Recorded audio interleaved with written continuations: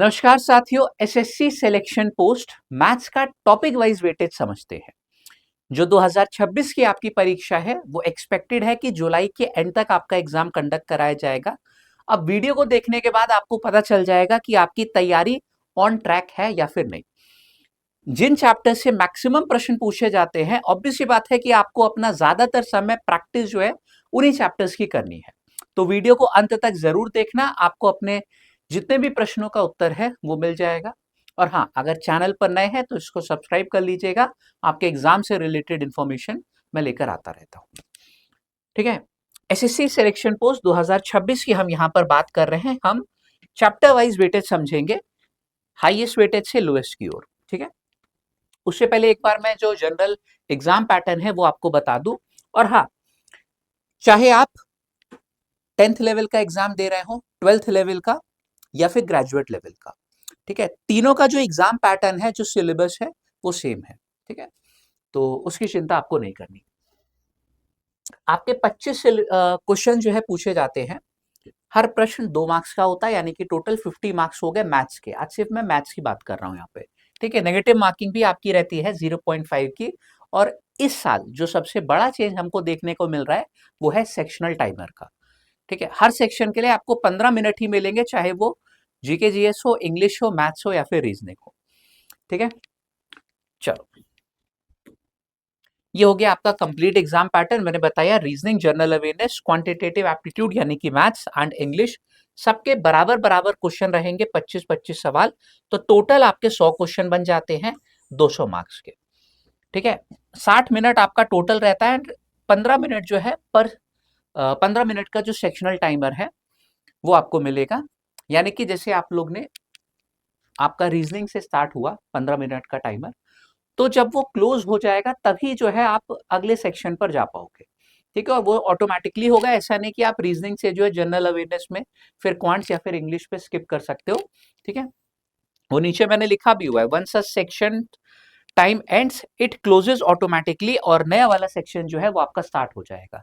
ऐसा नहीं कर सकते ना तुम कि जनरल अवेयरनेस 5 मिनट में कर लिया तो बाकी का जो 10 मिनट है वो मैथ्स में दे दो। ठीक है, ये नहीं होगा, पूरे 15 मिनट तुमको इंतजार करना पड़ेगा, इंग्लिश में भी। ठीक है, हर में। ओके, हर सेक्शन में। अब मैथ्स का जो सिलेबस है, आपके दो यहाँ पर जो है सेक्शंस होते हैं मैथ्स में भी, arithmetic and advance maths. Obvious सी बात है एग्जाम में सब मिक्स क्वेश्चन रहेंगे, लेकिन जब हम तैयारी करते हैं तो ये दो अलग अलग जो है पार्ट्स होते हैं मैथ्स के, जिसमें एडवांस मैथ्स का वेटेज ज्यादा होता है। ठीक है, आप एसएससी सीजीएल का भी एग्जाम देने जा रहे हैं तो उसमें भी जो है आपका पैटर्न सेम ही रहेगा। देख सकते हैं, अरिथमेटिक का आपका सिलेबस ये है। ठीक है, बेसिक आपके जो अंक गणित के चैप्टर्स हो गए, एंड ये हमारा एडवांस मैथ्स जो है, सॉरी, ये अरिथमेटिक का सिलेबस हो गया, एंड ये हमारा जो है एडवांस मैथ्स का सिलेबस हो गया। ठीक है, जिसमें number system, LCM, HCF, simplification, algebra, trigonometry, geometry, mensuration, some of the chapters ये भी हमारे शामिल है। ठीक है, अब मेन जो, जिसके लिए आपने यार वीडियो को खोला है ना, वीडियो पे क्लिक किया है, उस पे आते हैं बिना आपका जो है ज्यादा समय जाया किए हुए। यहाँ पे अरिथमेटिक एंड एडवांस मैथ्स दोनों का वेटेज समझेंगे, आपको आइडिया लग जाएगा कि किन चैप्टर से मैक्सिमम क्वेश्चन पूछे जाते हैं, किन पे जो है आपको अपना मैक्सिमम फोकस करना होगा। ठीक है, अरिथमेटिक की हम बात करें तो 25 में से 11 से 12 सवाल आपको जो है वो अरिथमेटिक के देखने को मिलते हैं। ठीक है, इसी तरीके से एडवांस मैथ्स की मैं बात करूं तो 13 से 14 क्वेश्चन आपके जो है ये हो जाते हैं एडवांस मैथ्स के। उसका वेटेज स्लाइटली ज्यादा रहता है, कह सकते हो कि 60% 40% ये जो है आपका डिस्ट्रीब्यूशन रहता है। ठीक है, यहाँ पे हम बात करें तो, है ना, ये आपका चैप्टर नेम लिखा हुआ है, नंबर ऑफ क्वेश्चन जो आपके एग्जाम में पूछे जाते हैं उस चैप्टर से, और उधर प्रायोरिटी ऑर्डर। ठीक है, एक एक करके समझते हैं। अरिथमेटिक से जो मैक्सिमम क्वेश्चन आपसे पूछे जाते हैं, मैंने डिसेंडिंग ऑर्डर में ही लिखा हुआ है, वो है profit loss and discount. Most most important, आप कोई सा एग्जाम देने जाओ, 3 से 4 क्वेश्चन तक इस एक सिंगल टॉपिक से हमको देखने को मिलते हैं। तो यही है जो अरिथमेटिक का हाईएस्ट प्रायोरिटी वाला ऑर्डर है, आप देख सकते हो, वेरी हाई, है ना। फिर हमारा टाइम, स्पीड एंड डिस्टेंस, ये भी पूछा जाता है क्योंकि इसमें वैरायटी ज्यादा है। ठीक है, आपके ट्रेन वाले क्वेश्चन, रेस वाले सवाल, बोट एंड स्ट्रीम, है ना, वो सब इसी कंसेप्ट से डिराइव होते हैं। तो टाइम स्पीड एंड डिस्टेंस के आपके 2 से 3 प्रश्न आते हैं। फिर percentage, time and work and SI CI, 1 से 2 क्वेश्चन आपके पूछे जाते हैं, ये भी आपका जो है हाई प्रायोरिटी ऑर्डर में है।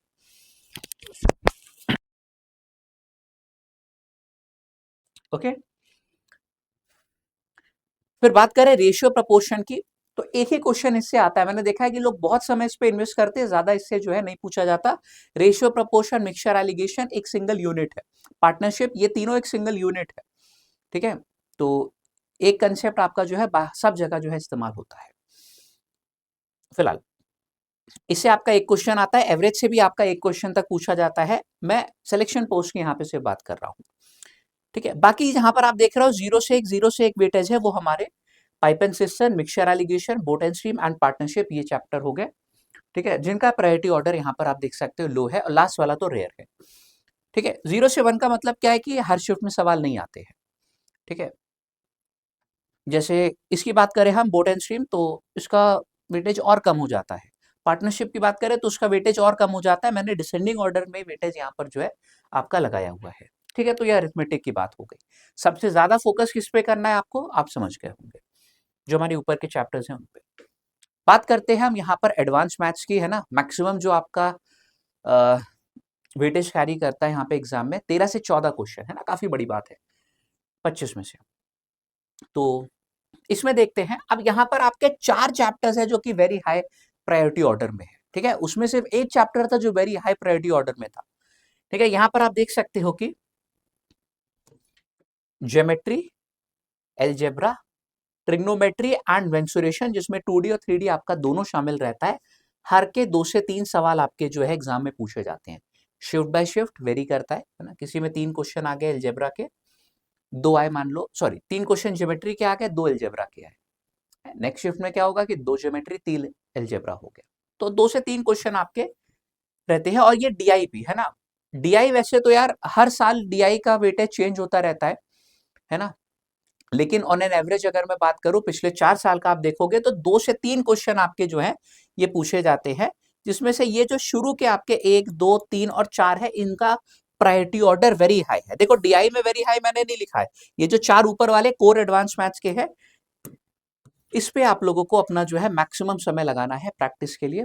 ठीक है, और रिवीजन के लिए भी, क्योंकि इसमें फॉर्मुलेज होते हैं, थ्योरम्स होती है, आइडेंटिटीज होती हैं। अगर वो नहीं आपने एंड टाइम पे रिवीजन किया है, एग्जाम में नहीं कर पाओगे। टाइमर भी रहेगा आपके पास, है ना, सेक्शनल टाइमर है तो समय और कम रहेगा, उस पर भी आपको काम करना है। डीआई हो गया। फिर नंबर सिस्टम, 1 से 2 क्वेश्चन, सिंप्लीफिकेशन 1 क्वेश्चन मैक्सिमम आता है ना। मतलब मैक्सिमम एक ही क्वेश्चन आता है शिफ्ट में। कुछ शिफ्ट में है ना एक्सेप्शन हो गया कि 2 सवाल पूछ लिए गए, तो एक ही क्वेश्चन हम इसका वेटेज मान के चलते हैं। एलसीएम एचसीएफ का 1 क्वेश्चन आता है। नीचे अब आप देख रहे हो जो आपके चैप्टर्स है बहुत रेयर है। ठीक है, यहाँ पे है ना, इसके बाद रेयर ही मैंने लिखा हुआ है। कोऑर्डिनेट ज्योमेट्री बहुत रेयर है। Height and distance very rare.